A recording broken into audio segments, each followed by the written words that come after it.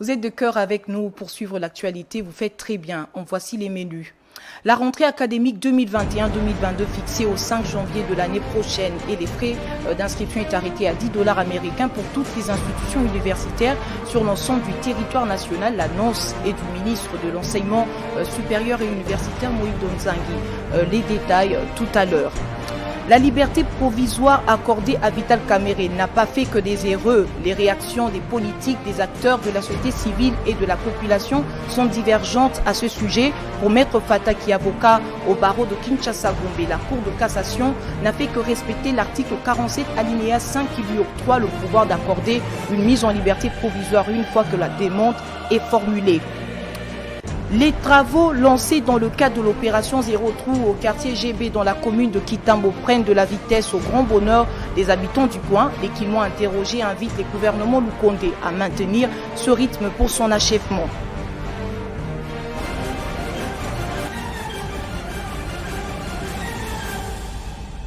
Mesdames, Messieurs, c'est le journal de CML 13. 5 janvier 2022, c'est la date officielle retenue pour la rentrée académique 2021-2022 et le frais d'inscription est fixé à $10 américains pour toutes les institutions universitaires sur l'ensemble du territoire national. Le système LMD est désormais officiel dans toutes les universités du Congo. Tel est le contenu de l'instruction 023 du ministère de l'Enseignement supérieur et universitaire rendue publique ce mardi par le patron de ce secteur, Moïse Nzangi à l'IEC Kinshasa. La suite avec Marcelo Kalinda.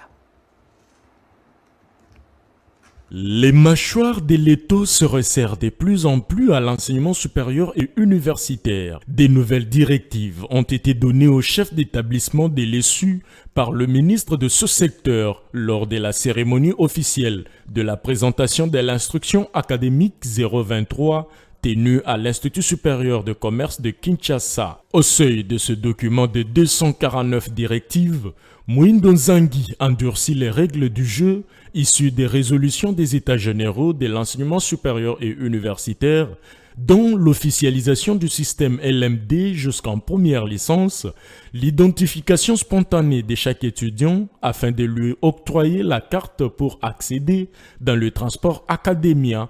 Seules ces institutions sont habilitées à faire fonctionner la faculté de médecine. Celles qui vont outrepasser cette mesure, leur agrément sera retiré. L'année académique que nous avons clôturée, nous avons eu beaucoup de problèmes. Des lamentations des parents qui se retrouvent ici escroqués au sein même des établissements ou de l'équipe chargée de faire les inscriptions en faisant payer des montants qui ne sont pas retenus par l'État congolais, ou même à désorientant des fonds des enfants vers des comptes qui sont des comptes pirates.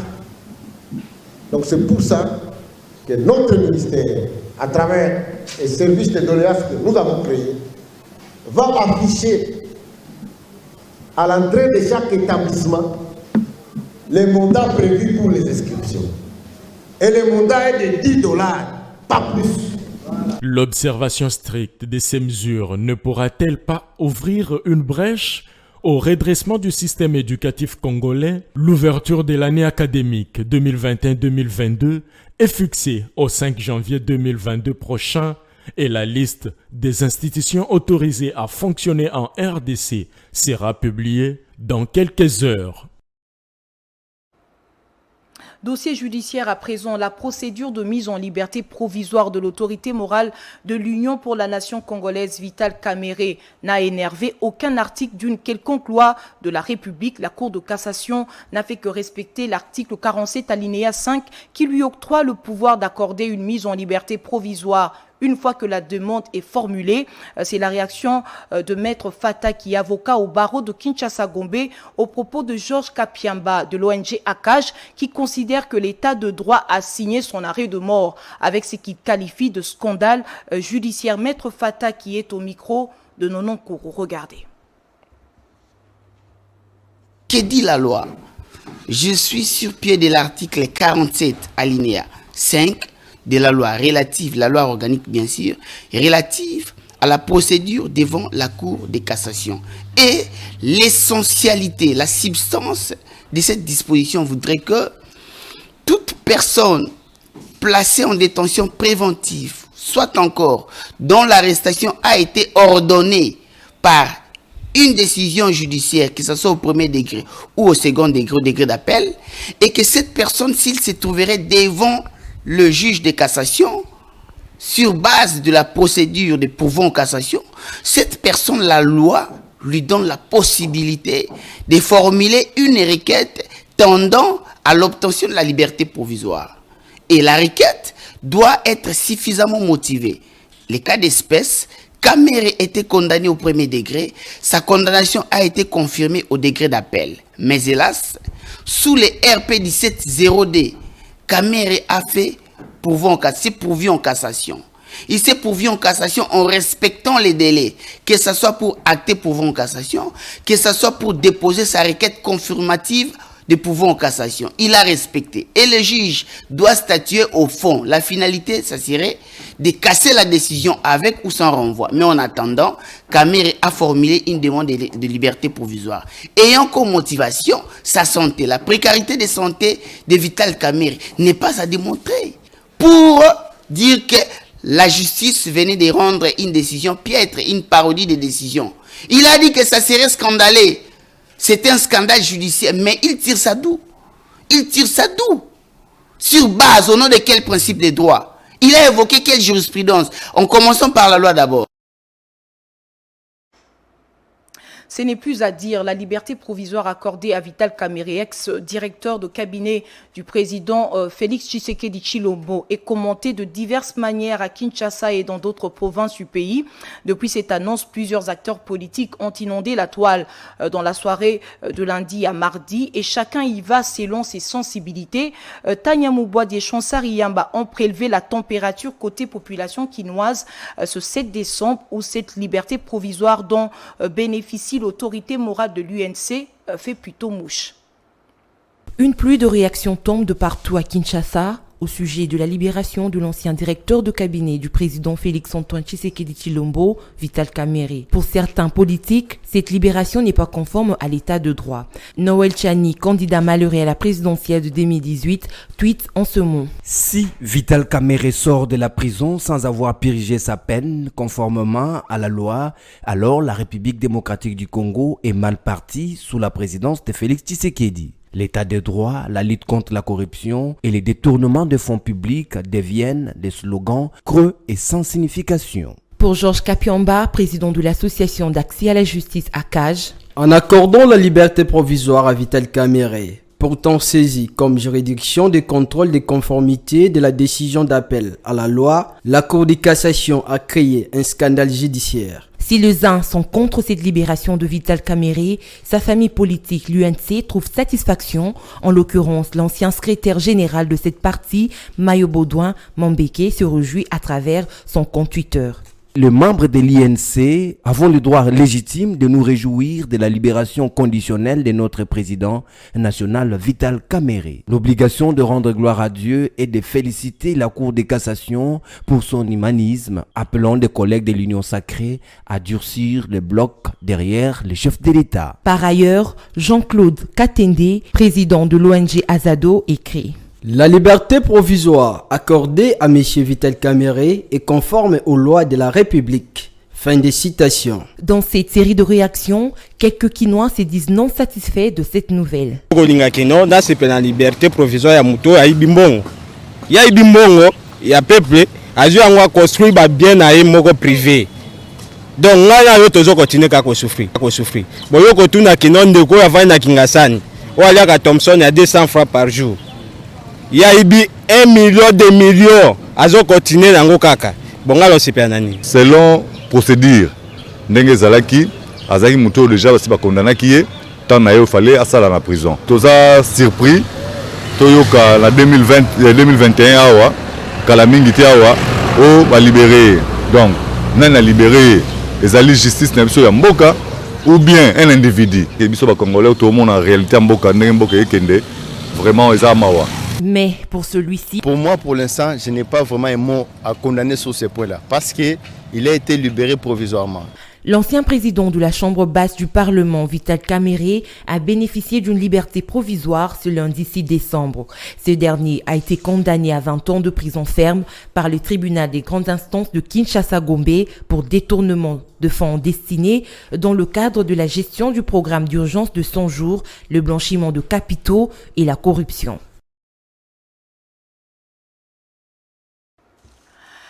La justice congolaise invitée à se saisir du dossier Congo Hold Up pour récupérer les centaines de millions de dollars américains qui pourront aider à sortir la RDC du désert médical. C'est une proposition de Billy Bolokamba, professeur et analyste politique, après les révélations de l'enquête menée par un consortium de médias étrangers et quelques ONG. Cet intellectuel s'est confié depuis la Chopo à Blaise Moussa, notre correspondant à Kisangani. Regardez. Je crains que même ce rapport Hold Up puisse finalement échouer aussi sa course dans un cimetière. Ils vont être ensevelis sans suite. Il s'agit des millions, il s'agit des centaines de millions d'argent qui ont disparu. Il faut qu'on voit clair pour qu'on puisse récupérer dans la mesure du possible le gros de cet argent, parce qu'il y a aussi une partie de cet argent qui a été dilapidé, pour pouvoir investir dans des projets qui pourront aider la population congolaise. On peut construire des universités, on peut construire des écoles, on peut construire des hôpitaux, quand on sait que la grande majorité de notre pays est un véritable désert médical, par exemple. Du point de vue scolaire, on voit comment tout ce qu'on a en rapport avec la gratuité de l'enseignement est en train de patiner. Donc c'est peut-être de l'argent qui pourrait servir à aider au financement d'un certain nombre de projets, à mon avis. Mais il faut aussi que les personnes qui sont responsables, si la justice parvient à démontrer cela, puissent aussi répondre de leurs actes devant la justice et de la manière la plus sévère qui soit. Kinshasa et Brazzaville sont depuis le lundi 6 décembre liés par un accord bilatéral énergétique. Dans une déclaration signée par Félix Antoine Tshisekedi Tshilombo, président de la République démocratique du Congo, et son homologue de la République du Congo, Denis Sassou Nguesso, lu par le vice-premier ministre des Affaires étrangères de la RDC, Christophe Lutundula, les deux chefs d'État invitent les pays de la sous-région à se joindre à leur effort pour l'intégration sous-régionale en matière énergétique. Daniel Roland-Lai signe ce reportage. À travers cet accord, les deux pays se sont engagés à mutualiser des moyens et ressources énergétiques au bénéfice de leur peuple. Les deux chefs d'État ont demandé à leur gouvernement de donner le meilleur d'eux-mêmes afin d'aboutir à des résultats escomptés. Considérant que les ressources énergétiques et gazières des deux pays relèvent des énergies vertes, tenant compte du projet Boucle de l'amitié énergétique, projet qui respecte les normes écologiques et qui est une opportunité pour les deux pays à l'effet de réaliser les objectifs ci-dessus. 1. Réitèrent leur volonté et engagement de réaliser ce projet, notamment par la signature d'un accord de coopération bilatérale. 2. Demandent à leurs gouvernements respectifs de tout mettre en œuvre à cet effet dans les meilleurs délais. Le président Félix Tshisekedi Tshilombo de la République démocratique du Congo et Denis Sassou Nguesso de la République du Congo ont invité le pays de la sous-région à se joindre à leurs efforts pour l'intégration régionale en matière énergétique. Invite les pays de la sous-région à se joindre à leurs efforts pour l'intégration sous-régionale en matière énergétique. Cette déclaration a été suivie de la signature de l'accord bilatéral énergétique entre les deux Congos par le ministre des hydrocarbures de la République démocratique du Congo, Olivier Mwendje, et son homologue de la République du Congo, Bruno Jean-Richard Intoa. Le Premier ministre Samalou Kondé ainsi que Anatole Makosso, chef du gouvernement du Congo-Brazzaville, ont aussi apposé leur signature sur le document de l'accord bilatéral relatif à la collaboration énergétique entre la RDC et la République du Congo, signé le lundi par le chef d'État de ces deux pays frères dans le cadre de la coopération bilatérale. On en parle avec Tania Moubouadi.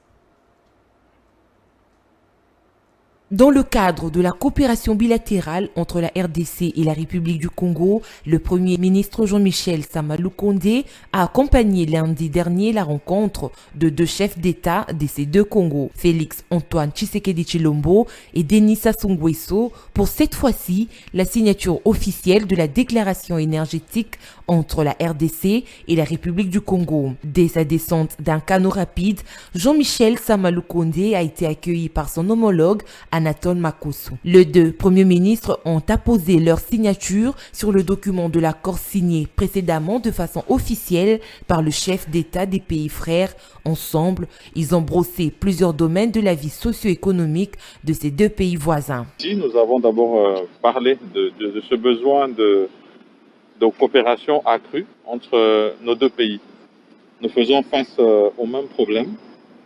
Et donc, ce n'est que normal que nous puissions échanger sur des problèmes socio-économiques qui nous concernent. Il convient de signaler que ces documents de l'accord bilatéral sur la collaboration énergétique entre la RDC et la République du Congo a été paraphé par le ministre ayant dans leurs attributions l'énergie et les ressources hydrauliques des deux pays voisins, en l'occurrence Olivier Mwenze pour la RDC et Bruno Jean-Richard Katoa pour le Congo-Brazzaville.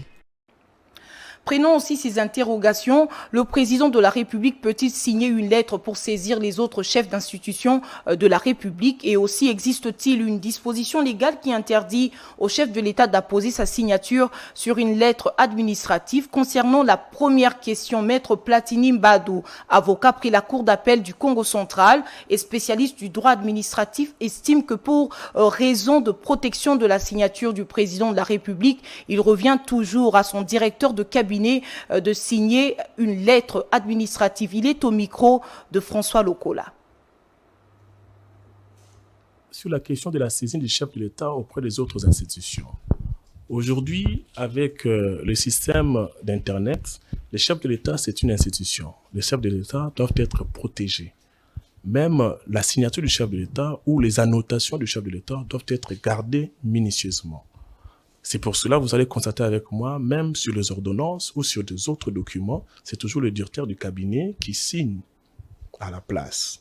Alors, la question que nous allons nous poser, ou je me pose, c'est de savoir est-ce qu'il est interdit au chef de l'État de signer et de renvoyer aux autres institutions.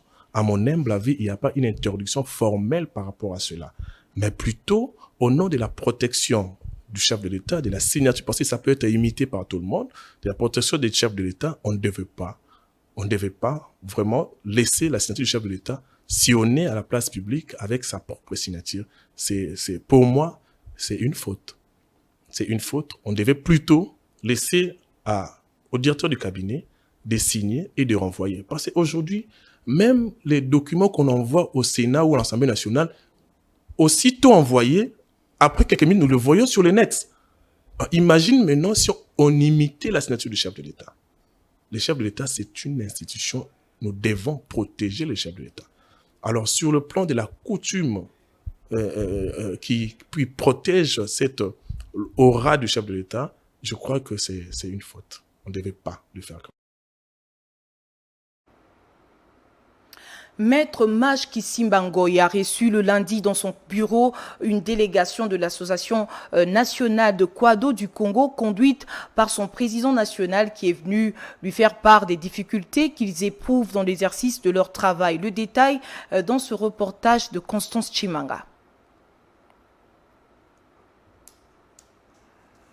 Il est toujours attentif aux desiderata de Kwado. Lui, c'est Maître Maj Kisimba Ngoyi, président d'honneur de l'Association nationale de Kwado du Congo, ANAKWAK. Autour d'une table, Maître Maj Kisimba et ses invités ont passé en revue toutes les difficultés que ronge le secteur du Kwado en RDC en général et à Kinshasa en particulier. Dans leur cahier de charge, le Kwado de Kinshasa ont sollicité l'implication de Maître Maj Kisimba Ngoyi pour trouver un emplacement pour exécution harmonieuse de leur travail. En outre, le Kwado du Congo dénonce les tracasseries dont ils sont victimes de la part des forces de l'ordre et des services parétatiques, comme le rappelle le président national de l'association de Kwado de la RDC, ANAKWAK, qui s'est aussi engagé à sensibiliser les Kwado œuvrant au Congo pour le bien fondé du paiement des impôts à caractère national et provincial. Comme on n'avait pas fait ces rapports, la difficulté nini autres amis dans la carte association, les phénomènes autres amis dans la carte association, autres sur la naïe. Pour rappel, cette association regorge plus de 30 000 membres à travers le territoire national. Au cours de cette même séance du travail, le Quado du Congo ont évalué le bilan de l'année en cours tout en projetant quelques actions pour l'année prochaine. L'opération Zéro Trou évolue bien au quartier GB dans la commune de Kitambo. La caméra de CML13 s'est baladée ce mardi 7 décembre sur l'avenue de l'OUA vers le complexe Shoprite pour faire ce constat. La population de ce coin de Kinshasa salue l'initiative du gouvernement et exhorte les autorités à maintenir cet élan. Chansari Yamba et Joël Moka nous en disent plus. L'opération Zéro Trou évolue bel et bien dans certains acteurs de la ville-province de Kinshasa. Dans peu de temps, l'avenue Oia au quartier GB dans la commune de Kintambo revêtira de sa plus belle robe après un long moment de sa réhabilitation. Grâce à l'avancement de ces travaux constatés sur le terrain ce mardi 7 décembre, la population de cette partie salue les efforts conjugués entre le gouvernement congolais et l'Office de voirie et drainage OVD sur la réhabilitation de cette route qui relie la commune de Kintambo à la commune de la Gombe. Comment on s'appelle ma casse parce que tu sali tamulaï nanzela oyo. Tu sali vraiment tamulaï. Tu sali tamulaï nanzela oyo. Tu déjà moi 10 ans nanzela oyo. Et banaka muke ti yo fonga me comité ko ta belle vie. Avant ezaki sur l'équipe bossa Shoprite tu on a sala embouteillage ma casse. Mais en tout cas tu s'appelle ma casse na ba konzela musala ba osala. Tu s'appelle mais constamment ka to sali tu ebi kenzela esala makana terrassé. Mais tout le monde a dit que terrassé zate, tu as battu mai, mbula le robeta mai ko kende wapi. Donc bilo kwa tout mis tout tellement biso to za espérer nzela te bangonde ba yebi nzela. To la bango ka ba sa nzela mais par rapport à ba travaux nous salama en tout cas c'est bon. De l'autre côté, la population encourage les autorités et leur demande de voir encore d'autres routes. Les Chinois bazo fait l'effort ya ko bongisa nzela ti ke bima Kitambo magasin yango na kumisi Mukonzamboka. Na kosera bango lisusu aide basa ya fort ya prince serré Kisensu tozonyo kwa mingi tozana nzela te. Ngana za mwana botemi na komina Kisensu matrinta Kisensu mais tozana difficulté makasi ya nzela. Banda campus tiokoma matete toza pena na nzela te. Notons que la campagne de l'opération Zéro Trou dans la ville de Kinshasa a été lancée par le Premier ministre Jean-Michel Sama Lukonde quelques mois passés, qui jusque-là les fruits sont visibles pour rendre la ville de Kinshasa plus belle qu'avant, comme on aime si bien le dire, Kinshasa la belle. En sport, 14 équipes africaines ont décroché leur billet de la qualification dans la phase de groupe de la Coupe de la Confédération. Parmi les 14 qualifiés, les cadors du football africain, notamment le tout-puissant Mazembe et l'AS Simba, vont retrouver cette fois-ci la deuxième majeure compétition des clubs du continent. On en parle dans ce commentaire d'Aristote Mba.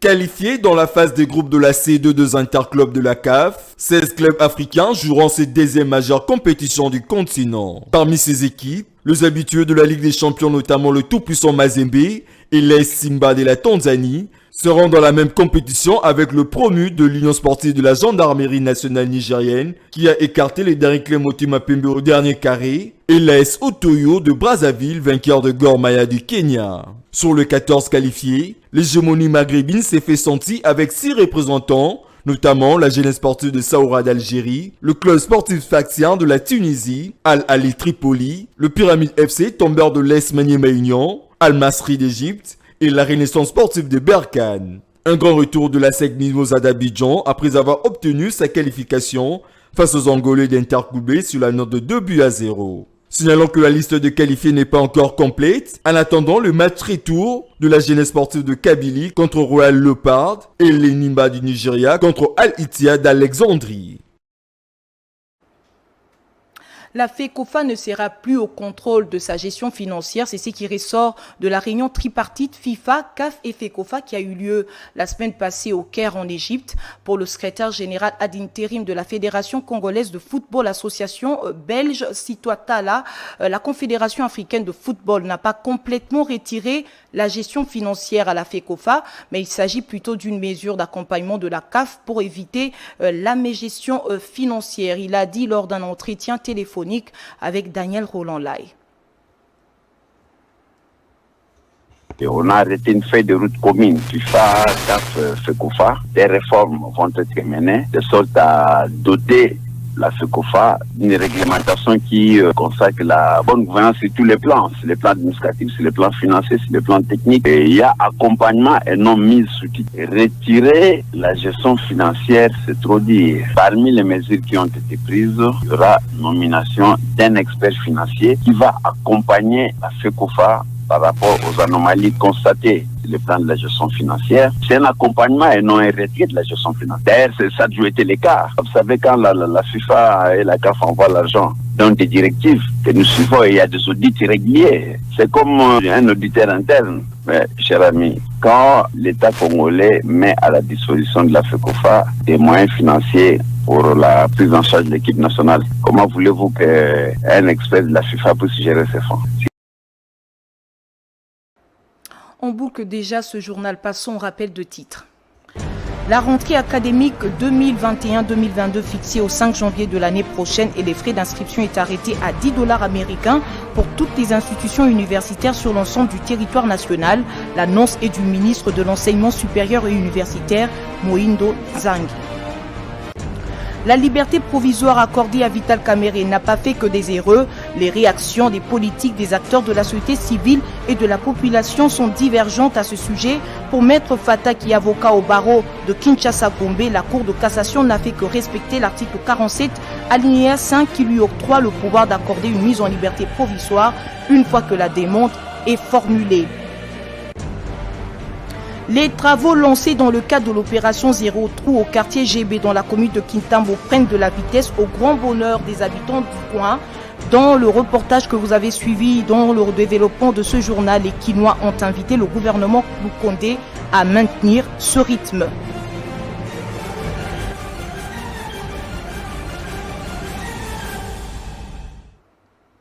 Si vous avez aimé ce tour d'horizon de l'actualité, Aristote Mba vous en remercie et retrouvez Tania Moubouadi mercredi pour la grande édition. Ça sera bien entendu avec le concours de toute l'équipe rédactionnelle et technique. Mesdames, Messieurs, votre fidélité nous honore.